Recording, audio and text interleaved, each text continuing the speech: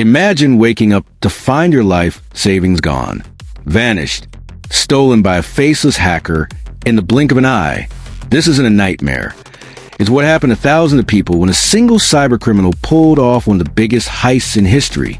Over $500 million in Bitcoin gone. This is the story of the Mt. Gox hack. Stick around, because you won't believe how it all went down. Let's start with the players in this digital drama. Picture Tokyo, 2011. At the center is Marc Carpelles, a young French coder turned CEO. He's quirky, loves cats, and runs Mt. Gox, the world's biggest Bitcoin exchange. By 2013, it's handling 70% of all Bitcoin trades globally. That's huge.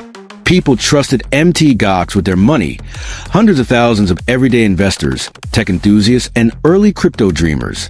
But there's another figure lurking in the shadows. A hacker, or maybe a group of them. We don't know their names, not for sure. But in 2023, the U.S. Department of Justice pointed fingers at two Russian nationals, Alexei Bilyachenko and Alexander Verner. And then there's Alexander Vinnik, a shady crypto exchange operator tied to laundering the stolen loot. These guys, they're the ones who turned Mt. Gox into a cautionary tale. And let's not forget the victims. Regular people like you and me, who poured their savings into Bitcoin, hoping for a piece of future. They had no idea what was coming. So, how did a platform this big, trusted by so many, become a hacker's playground? Here's the heart of it.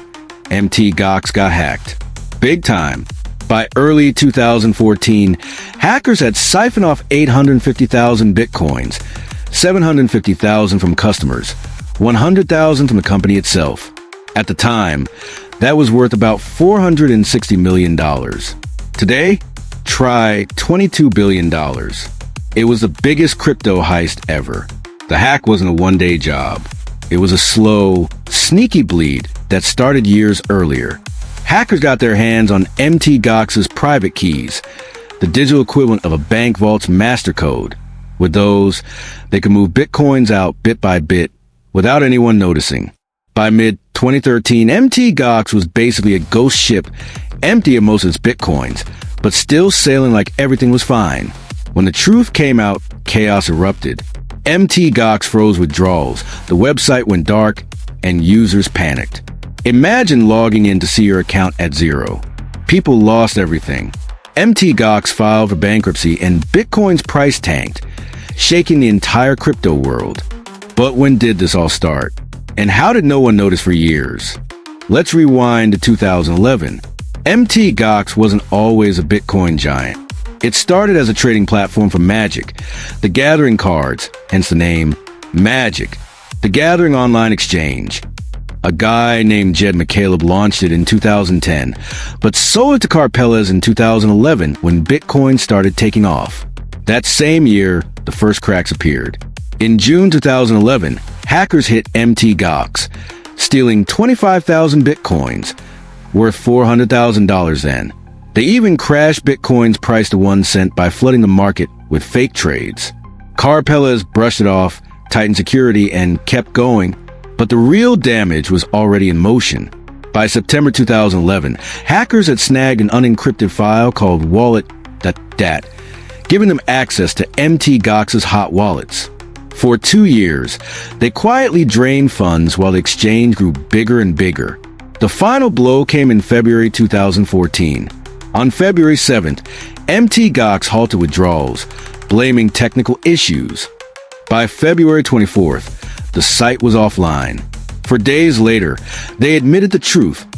850,000 Bitcoins were gone. The crypto world was in shock. How could a hack this massive happen right under their noses?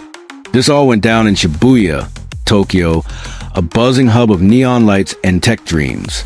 Mt. Gox's offices were there, in a modest building that hid its global influence. It was the heart of the Bitcoin boom, a place where coders and traders mixed, chasing a new kind of money. But the hack? That was borderless. The internet was the real crime scene. Hackers, possibly in Russia, used digital tools to slip into Mt. Gox's systems. The stolen Bitcoins flowed through other exchanges, like BTC, a shady platform linked to Cybercrime. Some of the loot even circled back through Mt. Gox itself, laundered in plain sight. It was a global heist orchestrated from keyboards thousands of miles apart. Why did this happen? 2 words: bad security. Mt. Gox was a tech startup run by coders, not bankers. Their hot wallets, online storage for bitcoins, were poorly protected. The wallet, that file was unencrypted in 2011, a rookie mistake. And Karpelez? He was a brilliant programmer, but a distracted CEO, more into coding than managing a financial empire. Insiders say he ignored warnings and cut corners. Why does it matter? This wasn't just about money. Mt. Gox's collapse shook trust in Bitcoin. It showed the world that crypto wasn't a magic bullet. It was vulnerable. The hack forced the industry to grow up. Exchanges started using cold storage, 2-factor authentication, and better auditing. It was a painful lesson, but it shaped modern crypto security. For the victims, it was devastating. Some lost their life savings. Others held on, hoping for justice. And that brings us to the big question. How did this all end? Could the stolen bitcoins ever be recovered, or was it all gone forever? The fallout was messy. In March 2014, Mt. Gox found 200,000 bitcoins in an old wallet, worth about $116 million then. It was a glimmer of hope, but not enough. The company entered liquidation, and creditors, those 127,000 users, faced years of legal battles. Karpelez was arrested in 2015, charged with fraud and embezzlement. He got a suspended sentence in 2019, insisting he was negligent, not criminal. Investigations pointed to Russian hackers.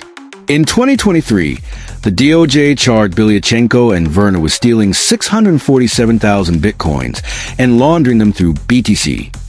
Alexander Vinnik, tied to BTC, was arrested in 2017 and extradited to the U.S. But the full truth? It's still murky. Most of the bitcoins are still missing. As of 2024, repayments are finally happening.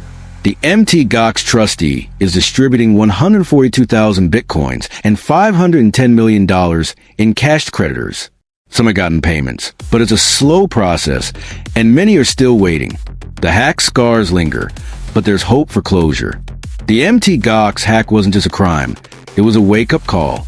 It showed the risks of trusting centralized systems with your money. Today, crypto is stronger, but the lesson remains. Security matters. If you're in crypto, use hardware wallets, enable 2-factor authentication, and never trust blindly. The Mt. Gox saga proves it. Sometimes, the biggest heists don't need guns, just code. Thanks for watching. If you want more stories like this, hit that subscribe button and ring the bell. What's the wildest crypto story you've heard? Drop it in the comments below. See you next time.